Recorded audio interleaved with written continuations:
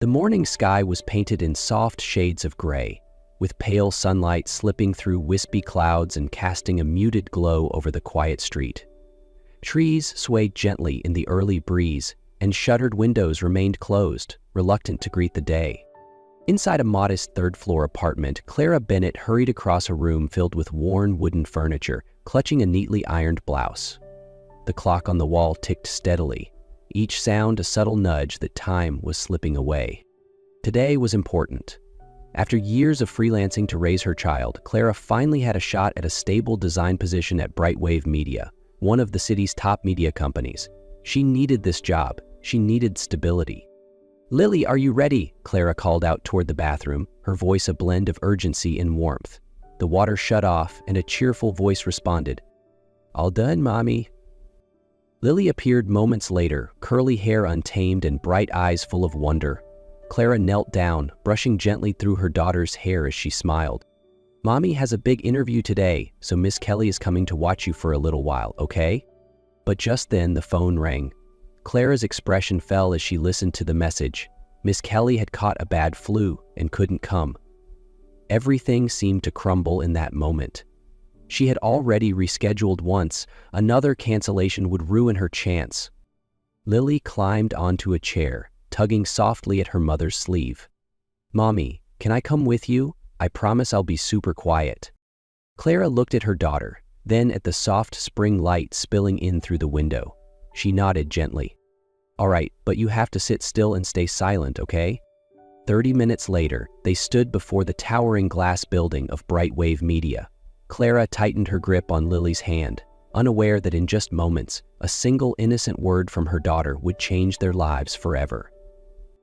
The lobby of Brightwave Media glowed with warm yellow lights, the polished marble floor reflecting the hurried footsteps of busy employees.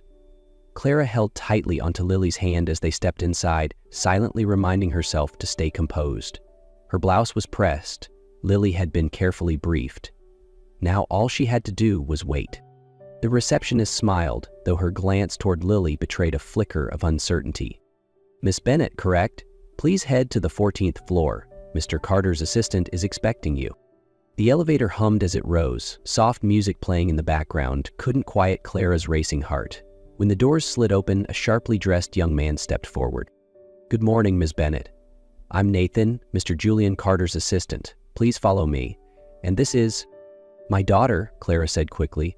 "I'm very sorry. My sitter canceled last minute. She'll stay outside and won't be any trouble." Nathan hesitated, then nodded. "All right, this way." Clara knelt beside Lily. "Sit right here, okay? Color quietly and wait for Mommy. You promised." "I promise," Lily beamed and waved as her mother disappeared down the hall. The CEO's office was impressive. Floor-to-ceiling glass offering a breathtaking view of the city skyline. Julian Carter stood facing the windows, tall and composed in a charcoal gray suit. "Ms. Bennett?" he asked, turning around, his gaze sharp and unreadable. Clara nodded, trying to steady herself. The interview began professionally. Questions about her portfolio, career gaps, and creative direction. Clara answered with practiced calm, hiding the anxiety bubbling beneath the surface. Clara stepped out of the meeting room with a quiet breath of relief. The interview had been more intense than she expected, but she had answered everything with honesty and professionalism. Julian Carter, though stern, was sharp, insightful, and there was something in his eyes that Clara couldn't quite shake from her mind.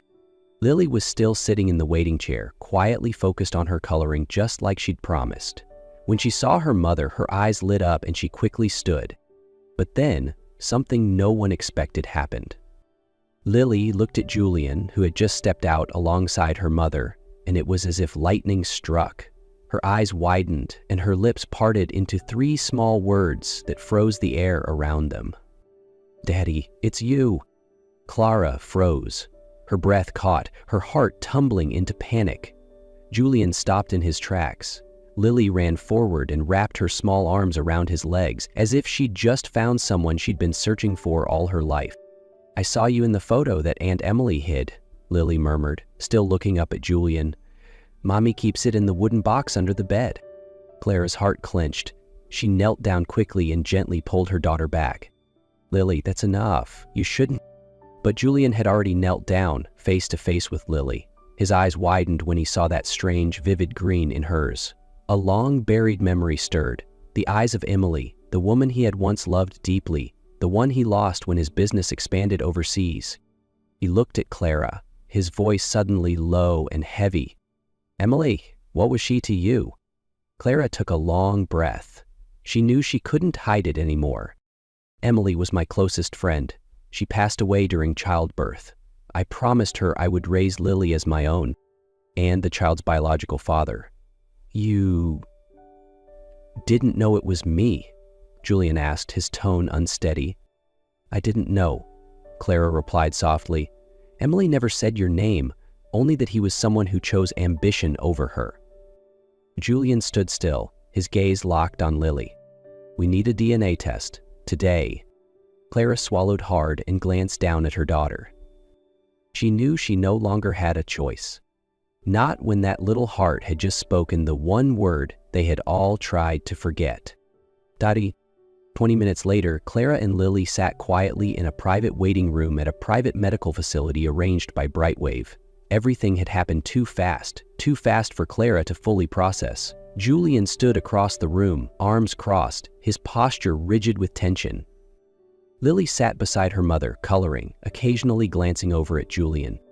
Mommy, what if he really is my dad? Clara gently squeezed her daughter's hand, keeping her voice calm.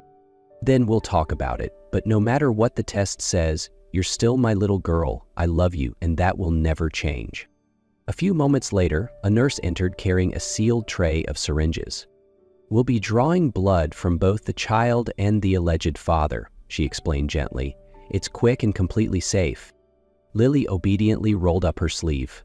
She flinched just a little as the needle pricked her arm. Clara held her hand tightly, whispering soft encouragement.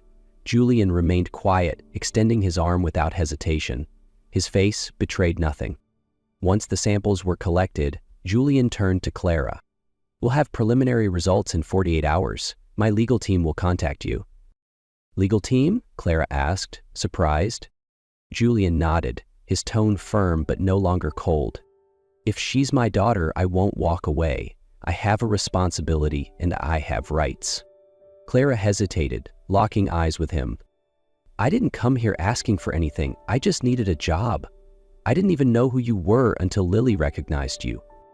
Julian exhaled slowly, and for the first time that morning, a hint of softness flickered in his eyes. I know, but now everything's different. The DNA test results arrived 2 days later. Clara held the paper in her hands, heart pounding. The words were clinical, emotionless, but left no room for doubt. Julian Carter was Lily's biological father. She wasn't sure how to feel. Relieved, afraid, or simply overwhelmed. The next morning, Julian asked her to come to his office. When Clara entered, Julian was already waiting. He looked as composed as ever, but his eyes, they were different.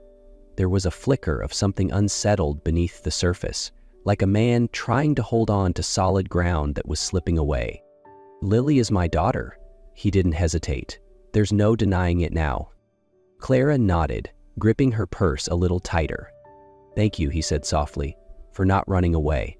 But this couldn't have come at a worse time. She looked at him, waiting for more. I'm engaged, Clara. Vanessa and I have our life mapped out, and this, he paused, she doesn't know how to handle it. She doesn't want Lily to exist, Clara said plainly. Julian didn't argue. Instead, he exhaled. She thinks you brought Lily here for a reason. Clara's face flushed. What reason? To ruin your engagement? I came here for a job. I didn't even know who you were until Lily said that word. I know, he replied quickly. I know you didn't plan this, but from Vanessa's point of view, it feels like a disaster. Clara's voice grew firmer. I'm not here to explain anything to your fiancé. I'm here to protect my daughter. Don't turn her into a threat to your perfect life. Julian said nothing for a moment. Finally, he spoke. Slowly, quietly. I've already missed 6 years of her life. I can't ignore her now. But if I move forward, I could lose a lot. my position, my engagement, everything. "So what are you going to do?" Clara asked. Julian looked up, his gaze steadier than before. "I don't have all the answers yet, but one thing is clear. I won't let Lily grow up thinking she wasn't wanted." Clara held his gaze. She was still guarded, still hurt. But even she couldn't deny it. For the first time, Julian was choosing to be a father. Ever since the DNA test confirmed he was Lily's biological father, Julian Carter hadn't had a peaceful night's sleep. He had read the results over and over again, as if those cold clinical numbers might somehow bring clarity to the chaos within him. But what haunted him wasn't the test. It was the memory of that little girl, her bright green eyes locking onto his, calling him a word he never imagined he'd hear. Daddy. That morning, instead of going to the office, Julian sat in his car for almost an hour, parked near the aging apartment building where Clara and Lily lived. From a distance, he saw them come outside, both bundled in winter coats. Lily's purple scarf had slipped off one shoulder. Clara paused, knelt down, gently fixed it, then brushed Lily's curls aside with a soft smile. Lily giggled, tilting her face up toward the breeze, so unaware of how the world might one day try to hurt her. That moment, quiet, ordinary, stopped Julian cold. He had never seen Vanessa kneel for a child. Truth be told, he had never pictured himself as a father, not until now. That evening, Julian stood at Clara's door. She opened it, startled, her eyes cautious, but before she could speak, Lily appeared from behind her. "Daddy!" she shouted with delight, running into his arms without hesitation. Julian knelt to embrace her. She handed him a drawing, 3 figures standing hand in hand beneath a starry sky. A man, a woman with long brown hair, and a little girl in the middle. Later that night, Julian found himself sitting cross-legged on the living room floor, playing Lily's guessing game. He laughed out loud when she drew an elephant that looked more like a potato with legs. Across from him, Clara sat silently watching them, an unreadable expression flickering across her face, skeptical, guarded, but also something softer. After Lily went to bed, Julian followed Clara into the kitchen as she cleared the dishes. He stood quietly for a moment before speaking. "You've done an incredible job," he said gently. "I've never met a child so full of joy, even without a father in her life." Clara didn't look at him. Her voice was low. "I've done my best, but there are things I can't give her." Julian nodded, and for the first time, he looked at her not with the eyes of a businessman, but of a man who was beginning to understand what truly mattered. He took a deep breath. "I don't want to be the kind of father who only shows up on weekends. I want to be present, really present, every day." Clara paused. "And Vanessa?"